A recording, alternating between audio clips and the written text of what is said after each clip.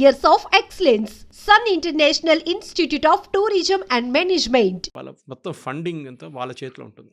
దానికోసం ఏ American president అయినా భయపడతారు వాళ్ళు. మీడియా వాళ్ళ చేతిలో ఉంటుంది. వాళ్ళు కంప్లీట్గా అమెరికన్ ప్రెసిడెంట్ దింపగలరు కిందని. అంత పవర్ ఉంది వాళ్ళ దగ్గర అనమాట. సో న్యాచురలీ మనం ఎందుకు వాళ్ళతో ఉండకూడదు? వీఆర్ ఎ డెమోక్రటిక్ నేషన్, వాళ్ళు కూడా డెమోక్రటిక్ నేషన్.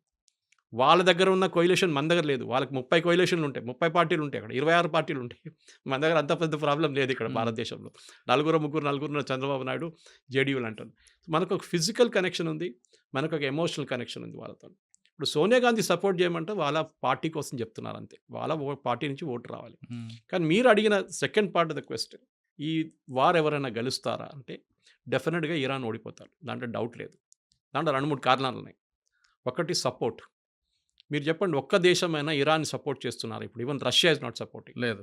ఎందుకంటే రష్యా వాళ్ళ గొడవలో వాళ్ళు పడి ఉన్నారు. మేము ఇక్కడికి చేంజ్ చేస్తామని చెప్పేసి. ఈవెన్ టర్కీ చేయరు, ఎందుకంటే ఇక్కడ షియా సున్నీ వచ్చేస్తుంది మళ్ళీ ప్రాబ్లం.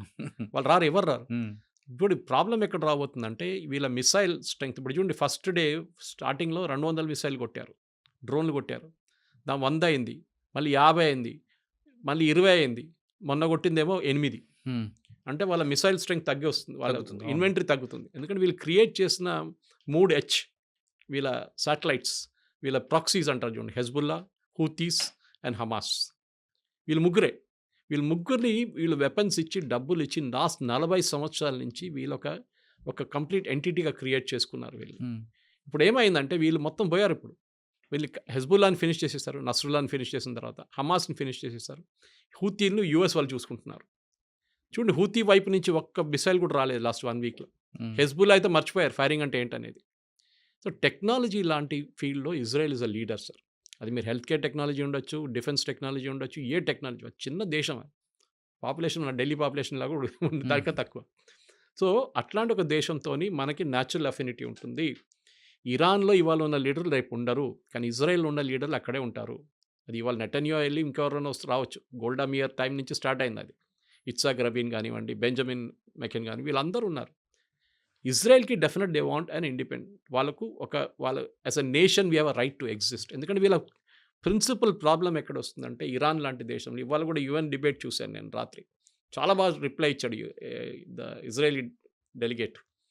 మీరు అంటున్నారు ఇరాన్ని, మిమ్మల్ని ఇజ్రాయెల్ వాళ్ళు కొడుతున్నారని మీరు కంప్లైంట్ చేస్తున్నారు UNలో వచ్చి. మీరేమంటున్నారు? మీరు అంటున్నారు Israel has no right to exist. ఒక దేశం ఉండకూడదంట. అవును. మీరెవరండి చెప్పడానికి? అది అదే వాళ్ళ మనుగడ కోసం ఇప్పుడు చేస్తున్నారు కదండి. అదే. సో దే సర్వైవల్ అంతే. వాళ్ళు సర్వైవ్ చేయాలంటే వాళ్ళు దాన్ని మనలాగానే ఇటువైపు చైనా, ఇటువైపు పాకిస్తాన్, ఇప్పుడు బంగ్లాదేశ్ తయారైంది. వాళ్ళకు కూడా అంతే. మీరు 6 Day వార్ చూడండి, యామ్ కిపూర్ వార్ చూడండి, సూయజ్ కెనాల్ క్రైసిస్ చూడండి. దీని అన్నిట్లో ఇజ్రాయెల్ మీద దాడి చేశారు. ఎవరు? అందరు కలిసి. జార్డన్, సిరియా, లెబనన్, ఇటువైపు ఈజిప్ట్. తర్వాత ఈజిప్ట్ నుంచి అన్వర్ సదాత్ని చంపేసిన తర్వాత అక్కడ వీక్ అయిపోయారు, హోస్ని ముబారక్ వచ్చారు. ఇటువైపు towards Syria it was control by family, the Assad family. అటువైపు అమ్మ జార్డన్, అది కూడా ఒక మొనార్కీ నడుస్తుంది అక్కడ.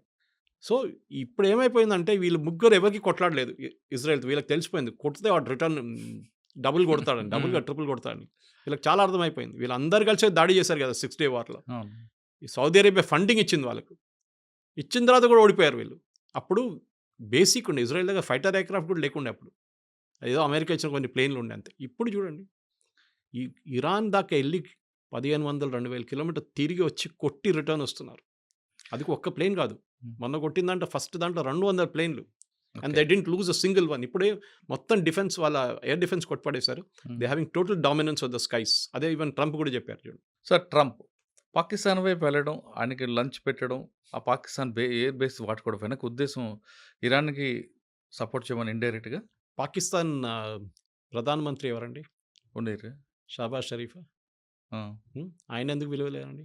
అదే మునీర్ అంటే ఆర్మీ ఆఫీసర్, గతంలో IASA బ్యాక్గ్రౌండ్. హెడ్ ఆఫ్ స్టేట్ని పిలవాలి కదా ఇప్పుడు. అవును. డిన్నర్ మీరు ఎవరిని పిలుస్తారు? లంచ్ స్టేట్ ప్రెసిడెంట్ నరేంద్ర మోదీని పిలుస్తారా, లేకుంటే మన ఆర్మీ చీఫ్ని పిలుస్తారా? ఆర్మీ మోడీని పిలుస్తాం. అంటే ఆయన పిలిచారు కూడా. ఇక్కడ మునీర్ అనే వ్యక్తి IASA బ్యాక్గ్రౌండ్ అన్నీ ఉన్నాయి కాబట్టి. వాళ్ళు పాకిస్తాన్లో అల్లా అండ్ ఆర్మీ రూల్స్ అంతే. వీళ్ళిద్దరే నడిపిస్తారు పాకిస్తాన్. అందరికి తెలుసు. ఆ రోజు కూడా క్రైసిస్ జరిగినప్పుడు మీకు గుర్తుంటుంది, JD వాన్స్ మాట్లాడింది అసీం మునీర్తో. He didn't speak to Shehbaz Sharif. తర్వాత మాట్లాడంటున్నారు. అది కొంచెం ఫేస్ సేవింగ్ ఎక్సర్సైజ్ అది. హ్మ్. కానీ ఇండియాతో మాట్లాడినప్పుడు ఈ spoke to prime minister Modi. Correct. ఎందుకంటే పవర్ ఎవరి దగ్గర చూస్తున్నారు. పాకిస్తాన్ భయం మునీర్ దగ్గర పవర్ ఉంది. పవర్ ఉంది. వీళ్ళకి భయం ఏంటంటే సార్ మీరు చెప్పింది ఒక బేస్ ఇస్ వన్ ఆబ్జెక్టివ్. అది వాళ్ళు ఎప్పుడైనా వాళ్ళ పక్కన ఖతార్‌లో బేస్ ఉంది. ఇంత పెద్ద బేస్ ఉంది వాళ్ళ దగ్గర. ఒక సంవత్సరానికి దాని మెయింటెనెన్స్ కాస్ట్ $6 బిలియన్. ఎవరు పే చేస్తున్నారు? ఖతార్ గవర్నమెంట్ పే చేస్తున్నారు. ఆలోచించండి. యూఎస్ బేస్‌ని మెయింటైన్ చేసుకొని ఖతార్, ఎందుకంటే వీళ్ళకి తెలుసు యూఎస్ ఉన్నదాకా మా మీద పెట్టడు. Qatar is the foundation of terrorism అందరికి తెలుసు అది. అది ముస్లిం బ్రదర్హుడ్ కానివ్వండి, అల్ఖాయిదా కానివ్వండి, ఐసిస్ అందరూ, ఈవెన్ హమాస్ లీడర్స్ కూడా అక్కడే కూర్చుంటారు. కానీ వాళ్ళు ముట్టరు. యూఎస్ కూడా ముట్టరు. కానీ మన దగ్గరకు వచ్చినప్పుడు ఈ ప్రాబ్లం వచ్చినప్పుడు పాకిస్తాన్ అసీం మునీర్ ఎందుకు పిలిపించారంటే మెయిన్లీ వాళ్ళ దగ్గర న్యూక్లియర్ మిసైల్స్ ఉంది. ఏ న్యూక్లియర్ మిసైల్ అసెంబుల్ చేసి పెట్టరు. న్యూక్లియర్ వార్ హెడ్ సపరేట్గా ఉంటుంది, మిసైల్ సపరేట్గా ఉంటుంది. This is the delivery system. ఇది ఇక్కడి నుంచి అక్కడ కొట్టాలంటే ఇది.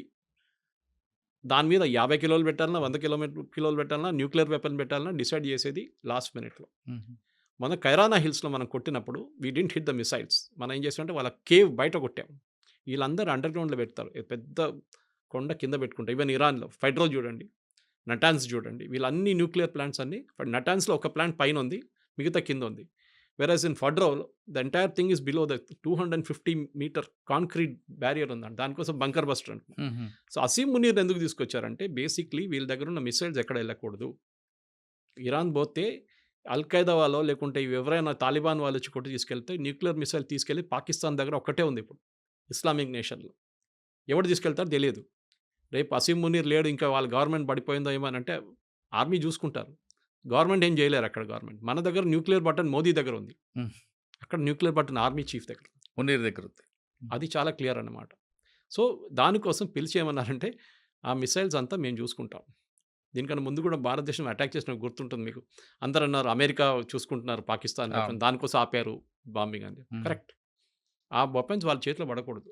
అల్ఖైదా కానివ్వండి, ఐసిస్ కానివ్వండి, తాలిబాన్ కానివ్వండి, లేకుంటే ఇరాన్ నుంచి వచ్చే నెక్స్ట్ రెజీమ్ కూడా. ఎందుకంటే పాకిస్తాన్ ఈ టెక్నాలజీ మొత్తం దొంగతనం తీసుకొచ్చారు జర్మనీ నుంచి, ఇంకోటి నార్త్ కొరియా దగ్గర నుంచి తీసుకొచ్చారు. సో నవ్వు తాళం వేసి ఆ చావి తీసుకెళ్ళి పెంటగన్లో పెట్టుకుంటారు. దీన్ని పిలిచారు అంతే, ఇంకేం లేదు. ఇంకా మాట్లాడడానికి ఏం లేదు. We'll do deals with Pakistan అంట. పాకిస్తాన్ ఏం అమ్ముతారండి? వాళ్ళ మేజర్ ఎక్స్పోర్ట్ టెర్రరిజం. అదొకటే వాళ్ళు అమ్మలేరు, అమ్మగలరు. కానీ కొన్ని వేల కోట్ల రూపాయలు ఫండింగ్ చేస్తూ ఉంటున్నారు కదండి. ఎందుకు చేస్తున్నారు ఆలోచించండి. ఆ గవర్నమెంట్ పడిపోతుంది. పడిపోతే వాళ్ళ న్యూక్లియర్ అసెట్స్ ఎవరి దగ్గర ఉంటుంది? గవర్నమెంట్. ఐసిస్, అల్ఖైదా వీళ్ళు ఎవరైనా వస్తారు రేపు. తాలిబాన్ అక్కడ తయారైనట్ల ఆఫ్ఘనిస్తాన్, ఇక్కడ ఇంకో థియోక్రసిక్ గవర్నమెంట్ వచ్చేస్తుంది. అమెరికాకి అదే భయం. దానికోసం ఇప్పుడు కాదు, ముందు నుంచే సోవియట్ యూనియన్ ఉన్నప్పటి నుంచి సపోర్ట్ చేస్తుంది దానికే వాళ్ళు. ఎందుకంటే ఎట్లయినా వీళ్ళ దగ్గర ఉన్న ఈ అసెట్స్ ఎక్కడ ఈ ఇస్లామిక్ టెర్రరిస్ట్ దగ్గర వెళ్ళకూడదు. మిసైల్ అయితే నాకు ప్రాబ్లం లేదు, కానీ న్యూక్లియర్ తీసుకొచ్చి ఒక న్యూయార్క్లో పడేస్తే నెక్స్ట్ 5,000-10,000 సంవత్సరాలు న్యూయార్క్లో ఎవరు ఉండలేరు. సో అమెరికా చాలా భయం ఉంది దాని మీద అన్నమాట. వీళ్ళు స్టేబుల్ నేషన్ కాదు సార్, మనలా కాదు. మన దగ్గర స్టేబుల్ నేషన్. మనం ఒక డెమోక్రటిక్ పార్టీ ఉంది, మన ఎలక్షన్ నడుస్తుంది, ఆర్మీ ఉన్నారు, ఎయిర్ ఫోర్స్ అంతా ప్రొఫెషనల్ సిస్టమ్. వాళ్ళ దగ్గర ప్రొఫెషనల్ కాదు. ఈ ఆర్మీ చీఫ్లు కానీ ఎయిర్ ఫోర్స్ చీఫ్ పాకిస్తాన్లో ఫస్ట్ రాగానే లండన్లో ఒక పెద్ద ఇల్లు తీసుకుంటాడు. వాళ్ళకి అమెరికా ఫండింగ్ ఎవరైనా ఇస్తారు దానికి. వాళ్ళ పిల్లల్ని ఆక్స్ఫర్డ్, కేంబ్రిడ్జ్ పంపిస్తారు, లేకుంటే MIT పంపిస్తారు. మీరు చూడండి, every Pakistani general from Yahya Khan to Pervez Musharraf to general Ziaul Haq అందరు ఇదే చేశారు. మన దగ్గర ఉన్న కశ్మీరీ పొలిటీషియన్స్ కూడా ఇదే చేస్తారు. ఒమర్ అబ్దుల్లా, ఫరూక్ అబ్దుల్లాకి లండన్లో ఇల్లు ఉన్నాయి, పెద్ద ఇల్లు ఉన్నాయి. వాళ్ళ పిల్లలంతా బయట చదువుకున్నారు. సో వాళ్ళకి టెండెన్సీ ఉంది. అది దాన్ని కంట్రోల్ చేయడం మొత్తం US చేతిలో ఉందన్నమాట. ఇప్పుడు కాదు, ముందు నుంచి. That is exactly what Trump did. కొత్తది ఏం లేదు దాంట్లో. మోదీ గారిని పిలిచారు కదా డిన్నర్కి. ఈయన లంచ్ పిలిచినంత మోదీ గారు డిన్నర్కి పిలిచి నేను రానిలేపో అని చెప్పేసి వచ్చేసి ఆయన పూరి వచ్చారు. Ego problem. అరే నువ్వు అని పిలుస్తున్నావు, మమ్మల్ని ఈక్వల్ చేస్తున్నావా? Is only an army chief. వాడు కావాలని చెప్పి వాడే మెడల్ వేసుకున్నాడు ఫీల్డ్ మార్షల్ అని చెప్పి.